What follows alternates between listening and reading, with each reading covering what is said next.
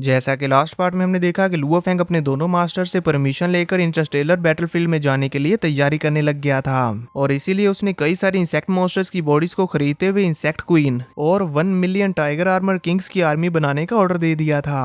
अब इस एपिसोड की स्टार्टिंग में हम देखते हैं कि लुओ फेंग एक ट्रेश डोमेन में आया होता है जहां पर वो ट्रेजर्स को ढूंढते हुए हमें बताता है मैं जज रेस के इंसेक्ट वॉरियर्स की बॉडीज को खरीदकर यहाँ ट्रेश डोमेन में 100 ईयर्स तक ट्रेजर हंट करने के राइट्स का एडवांटेज उठा रहा हूँ और मैं वुलोंग स्टार टेरिटरी में इंटर हुआ और मैंने कंटिन्यूसली फायर गोड रेस के फ्रेगमेंट्स को ढूंढना शुरू कर दिया, जिसके चलते मैं आखिरकार अपने इस ट्रेजर हंटिंग में जनरल रैंक के एक सिल्वर आर्मर के रेयर पीसीस को इकट्ठा करने में कामयाब रहा।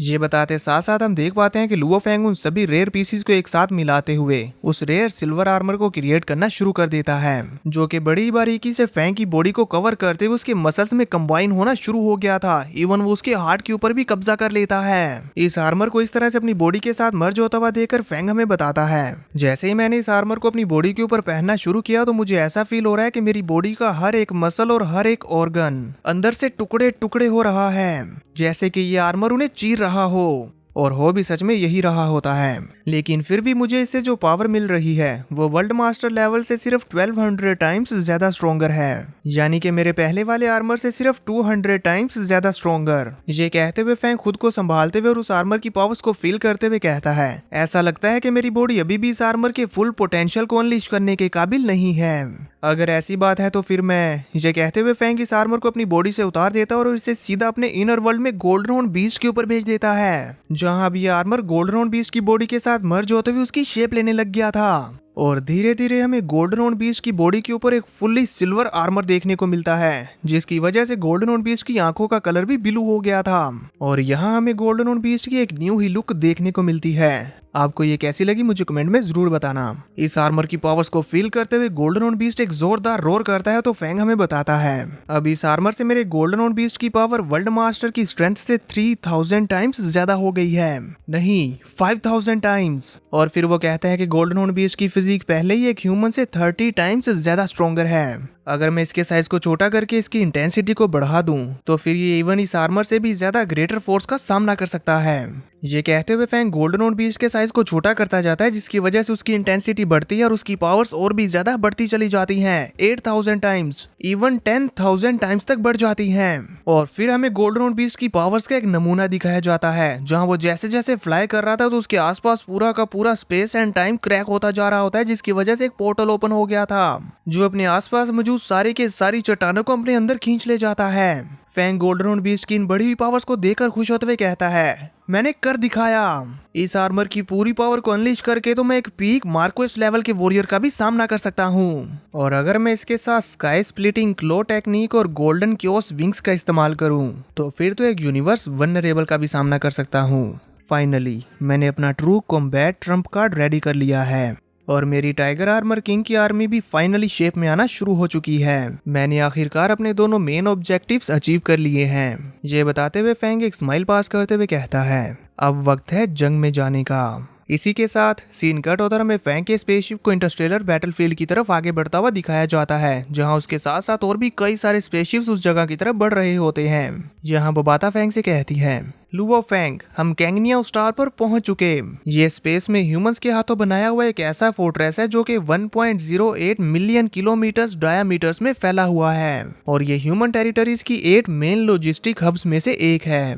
फेंग को ये बताते हुए बोबाता काफी ज्यादा खुश हो रही होती है, तभी उसे यहाँ से गुजरने का अप्रूवल भी मिल जाता है। तो वो आगे बताती है साथ ही ये इंटरस्टेलर ट्रूप्स का बैटलफील्ड की तरफ जाने वाला एक फिक्स ट्रांजिट पॉइंट भी है। फेंग तो इसे बड़े ही गौर से ऑब्जर्व कर रहा होता है। अब फिर इस सब के बाद अपने स्पेसशिप को स्पेस स्टेशन में लगाने के बाद फेंग पहुंच जाता है सीधा फोर्ट्रेस में, जहां पर एक सीनियर यहां पर आने वाले सभी वॉरियर से कहता है आप सभी independent warriors please designated route से असेंबली पॉइंट की तरफ आगे बढ़ें। फेंग ऐसा ही करता है और इस रूट को फॉलो करते हुए उस लोकेशन पर पहुंच जाता है, जहां पर और भी बहुत सारे वॉरियर्स थे, जिन्हें देखकर वो कुछ पल के लिए तो हैरान हो गया था। तो अब वो सीनियर आगे अनाउंस करते हुए कहता है आप सभी लोग यहाँ पर वेट करें, 100 वॉरियर्स इकट्ठा होते ही हम आपकी रवानगी को शुरू कर देंगे। उनके इस बात से फेंग को मालूम हो जाता है कि यहाँ से आगे बढ़ने में अभी काफी टाइम लगने वाला है, इसलिए वो एक जगह पर बैठकर ध्यान लगाकर अपनी कल्टीवेशन पर फोकस करने लगता है। और देखते ही देखते बहुत सारा वक्त गुजर जाता है, जो कि हमें फास्ट स्पीड में देखने को मिलता है। तो अब फाइनली सारा स्पेस स्टेशन खाली होने के बाद वहाँ पर आवाज सुनाई देती है वर्ल्ड मास्टर वॉरियर्स। अब आप लोग आउटर स्पेस बैटलफील्ड में इंटर होने वाले हैं, एक ऐसी जगह जहां दोनों चीजें हैं, ग्रेट ऑनर और ब्रूटल कॉम्बैट। पर यहाँ से जाने से पहले आप सभी को ऑथराइजेशन प्रोसेस से होकर गुजरना होगा। यहाँ इससे आपके नेटवर्क के थ्रू वर्चुअल कॉम्बैट रिकॉर्ड्स के बेस पर पावर इवैल्यूएशन होगी। इससे आपको आपकी पावर के अकॉर्डिंग रैंक दिया जाएगा, जो आगे चलकर आपके मिलिट्री रैंक के बेस के तौर पर काम करेगा। इसमें आपको आपकी पावर के अकॉर्डिंग 3 रैंक्स पर क्वालिफाई किया जाएगा। पहला है रेगुलर वर्ल्ड मास्टर सोल्जर, दूसरा है इलाइट वर्ल्ड मास्टर सोल्जर और तीसरा है world master combat commander. Military इस मामले में स्ट्रिक्ट रूल्स को फॉलो करती है, इसीलिए आप सभी सबऑर्डिनेट्स को सुपीरियर्स के ऑर्डर्स को मानना होगा। सो प्लीज अब 1 बाय 1 करके आगे आएं। उनकी ये बात कंप्लीट होते ही सबसे पहले एक वॉरियर आगे आता है, तो इस पर वो सीनियर अपने एआई रोबोट को आगे भेजते हुए उस वॉरियर को जज करवाता है और चेक करने के बाद वो एआई बताता है कि ये एक इलाइट वर्ल्ड मास्टर सोल्जर है और इसी के साथ उसने इस वॉरियर के कंधे पर एक मिलिट्री बैच लगा दिया था, जिससे ये पता चलेगा कि ये एक इलाइट सोल्जर है। इसके बाद फिर ऐसे ही 1 बाय 1 सभी वॉरियर्स आते जाते हैं, जिनमें से कुछ निकलते हैं रेगुलर वर्ल्ड मास्टर्स तो कुछ इलाइट वर्ल्ड मास्टर्स। सभी लोग ये प्रोसेस होता हुआ देख रहे होते हैं और अपनी अपनी बारी के आने का वेट कर रहे होते हैं, जबकि ये सीनियर हाथ बांधे हुए इन लोगों को देखते हुए अपने मन में कहते हैं, इतना वक्त हो गया, अभी तक एक भी कमांडर सोल्जर नहीं निकला। उनका ये कहना था कि तभी वहां पर बारी आ जाती है फैंग की, और वो एआई फैंग की पावर्स और कॉम्बैट्स को चेक करते हुए बताता है वर्ल्ड मास्टर कॉम्बैट कमांडर। ये सुनते ही वो सीनियर कहते हैं एक्सीलेंट, तो वो एआई फैंग के कंधे पर भी एक बैच लगा देता है। अब फिर फैंग सीनियर को ग्रीट करने के बाद वहां से आगे बढ़ गया था। उसे जाता हुआ देखकर वहां पर मौजूद दूसरे वॉरियर्स आपस में बात करते हुए कहते हैं, हमारे इस ग्रुप में से तकरीबन आधे से ज्यादा वॉरियर्स आगे बढ़ चुके हैं, लेकिन उनमें से सिर्फ अब एक कॉम्बैट कमांडर सामने आया है। नॉर्मली तो हमें even hundreds of elite world master soldiers के बाद भी एक सिंगल कमांडर देखने को भी नहीं मिलता। अभी सबके बाद भी वो टेस्ट ऐसे ही आगे बढ़ता रहता है कि तभी 2-3 वॉरियर्स के बाद ही एक आवाज सुनाई देती है, वर्ल्ड मास्टर कॉम्बैट कमांडर। ये सुनना ही था कि फैंग भी पीछे पलटकर देखता है कि इतनी जल्दी एक और कमांडर कौन आ गया। तो अब यहाँ पर हम भी फैंग के साथ उस वॉरियर को देखते हैं, जो कि देखने में बिल्कुल एक स्कॉर्पियो लग रहा है। उस वॉरियर की अपीयरेंस और पावर्स को देखते हुए वहां पर मौजूद कुछ लोग कहते हैं, सिर्फ इसे देखने पर से ही अंदाजा लगाया जा सकता है कि इसकी स्ट्रेंथ क्लियरली एक्सेप्शनल होगी। यहाँ ये वॉरियर आगे बढ़ता हुआ फैंग को भी हाई करके जाता है, तो फैंग भी इस पर सर हिलाता और अपने मन में कहता है, ऐसा लगता है कि ये जंगमैन हम्बल और सिंसियर है। फैंग अभी ये सोच ही रहा होता है कि तभी इधर वो सीनियर अनाउंस करते हुए कहते हैं, ऑथोराइजेशन प्रोसेस कंप्लीट हुआ। यहाँ पर मौजूद 100 वर्ल्ड मास्टर्स में से हमारे पास 2 कॉम्बैट कमांडर्स हैं, 61 इलाइट सोल्जर्स हैं और 37 रेगुलर सोल्जर्स हैं। और अब इसके बाद वो एक विंडो ओपन करते हुए इन सभी वॉरियर्स को बताते हैं, हमारी ये स्पेस बैटलफील्ड 11 जोन्स में डिवाइडेड है और ये सभी ह्यूमन टेरिटरी से बाहर हैं और आप सभी लोगों को 7th बैटलफील्ड में तैनात किया जाएगा। ये एक कॉस्मिक रिफ्ट है जो कि maximum 1.1 million light years diameters में फैली हुई है। यहाँ इसके अंदर हमारी 100 मिलिट्री बेसिस हैं। आप सभी को बेस नंबर 026 में भेजा जाएगा। सीनियर की ये बात सुनकर वहाँ पर मौजूद एक वॉरियर कहता है, क्या 7th बैटलफील्ड? इस पर उसका एक साथी उसके कंधे पर हाथ रखते हुए कहता है, इस जगह को तो सभी 11 जोन्स में से 3rd डेडलीस्ट स्पेस बैटलफील्ड माना जाता है। तभी कुछ दूसरे वॉरियर्स भी आपस में बात करते हुए कहते हैं, हमने सुना है कि वहां पर जाकर मारे जाने के चांसेस 96.8% हैं। तभी एक दूसरा वॉरियर कहता है, जितना बड़ा रिस्क होगा उतनी ही बड़ी जीत होगी। यानी कि ये तो पूरी तरह से मोटिवेशन से भरा हुआ है। जबकि इधर हम फैंग को देख पाते हैं, जो कि इस विंडो को देखते हुए सोच में पड़ा हुआ था, पर फिर वो मुस्कुरा देता है।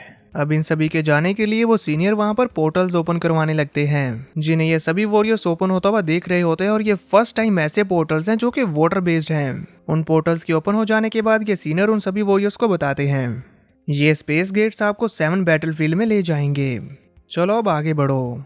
उनकी ये बात सुनते ही ये सभी लोग तेजी के साथ फ्लाई करते हुए उन पोर्टल्स के अंदर आकर खड़े हो जाते हैं। और यहाँ हमें देखने को मिलता है कि इनकी बॉडीज वाटर में चेंज होकर इस पोर्टल के अंदर से होते हुए दोबारा से अपनी ओरिजिनल शेप ले लेती हैं। अब सीन कट होकर हमें 7th बैटलफील्ड के मिलिट्री बेस का व्यू दिखाया जाता है, जहाँ पर मौजूद सभी वॉरियर्स खूब मजे कर रहे होते हैं। उन्हें तो जैसे मानो फाइट की कुछ पड़ी ही नहीं थी कि तभी इतने में वहां पर ये सभी 100 वर्ल्ड मास्टर्स अपीयर हो जाते हैं, जिन्हें देखते ही यहाँ पर मौजूद सारे लोग अपना सब कुछ छोड़कर इनकी तरफ भाग आए थे। अब एक सीनियर वहां पर अनाउंस करते हुए इन सभी लोगों को बताता है, न्यू रिक्रूट्स आ गए हैं। इन्फॉर्मेशन से मुझे पता चला है कि इनके अंदर 2 वर्ल्ड मास्टर कॉम्बैट कमांडर्स मौजूद हैं। ये बताने के बाद वो सीनियर वहां से डिसअपीयर हो गए थे। इसी के साथ वहां पर मौजूद सभी वॉरियर्स में तहलका मच जाता है कि 2 कमांडर आए हैं, चलो इन्हें अपने ग्रुप में शामिल करते हैं। और ये सभी लोग तेजी के साथ भागते हुए अपनी अपनी टीम के बारे में बताते हुए कहते हैं, जल्दी से हमारी लाइट टीम में ज्वाइन हो जाओ। हमारी टीम को एक अनडाइंग स्पिरिचुअल गॉड लीड करता है, प्लीज हमारी टीम में ज्वाइन हो जाओ। हमारी टीम इनसे भी ज्यादा स्ट्रॉन्गर है। ऐसे 1 बाय 1 करके सभी लोग अपनी अपनी ऑफर इन्हें दे रहे होते हैं। और यहाँ पर इन सभी के आसपास तो दूसरे वॉरियर्स का हजूम लग गया था। इवन ये सभी लोग तो न्यू लोगों को अपनी टीम में ज्वाइन करने के लिए एक दूसरे के साथ ही फाइट करने लग पड़े थे। फैंग के साथ मौजूद वो दूसरा कमांडर लेवल सोल्जर तो अपना सर खुजाने लग गया था कि अब क्या किया जाए कि तभी वहां पर एंट्री होती है एक बहुत ही खूबसूरत वॉरियर की, जो कि अपनी पावर्स का इस्तेमाल करते हुए अपने रास्ते में आने वाले सभी लोगों को साइड हटाते जा रही थी और साथ ही साथ अपने अट्रैक्टिव चार्म का भी इस्तेमाल कर रही होती है, जिसकी वजह से उसके ओरा में आने वाले सभी वॉरियर्स उसके इल्यूजन्स में ट्रैप होते जा रहे थे। फैंग भी उसे नोटिस कर लेता और सीरियस होते हुए उसकी तरफ देखने लग गया था। तभी वो लेडी वॉरियर दूर से ही इनसे कहती है, तुम दोनों हैंडसम गाइस, क्यों ना तुम लोग इन सभी की बजाय हमारे ग्रुप को ज्वाइन करो। मुझे यकीन है कि ये तुम्हारे लिए सबसे ज्यादा स्मार्टेस्ट चॉइस होगी। एक पल को तो उसके इस इल्यूजन की लपेट में फैंग भी आने लग गया था, पर वो कुछ ही सेकंड्स में खुद को संभाल लेता है। लेकिन वो दूसरे कमांडर लेवल सोल्जर्स वो तो इसके चाम में इतने ज्यादा फंस चुके थे कि वो इससे नहीं निकल पाते और उसकी तरफ आगे बढ़ने लग गए थे। पर फैंग उन्हें रोकते हुए रियलिटी में वापस ले आता है और फिर उस लेडी वॉरियर से पूछता है, तुम्हारी टीम में आने का हमें क्या फायदा है। इस पर वो लेडी वॉरियर अपनी पावर्स को रिलीज करते हुए स्माइल करने लग गई थी। उसकी स्माइल का क्या रीजन है ये तो हमें नेक्स्ट एपिसोड में ही मालूम होगा। वैसे आपको क्या लगता है ये अब फैंग के साथ क्या करेगी, मुझे बताना मत भूलना।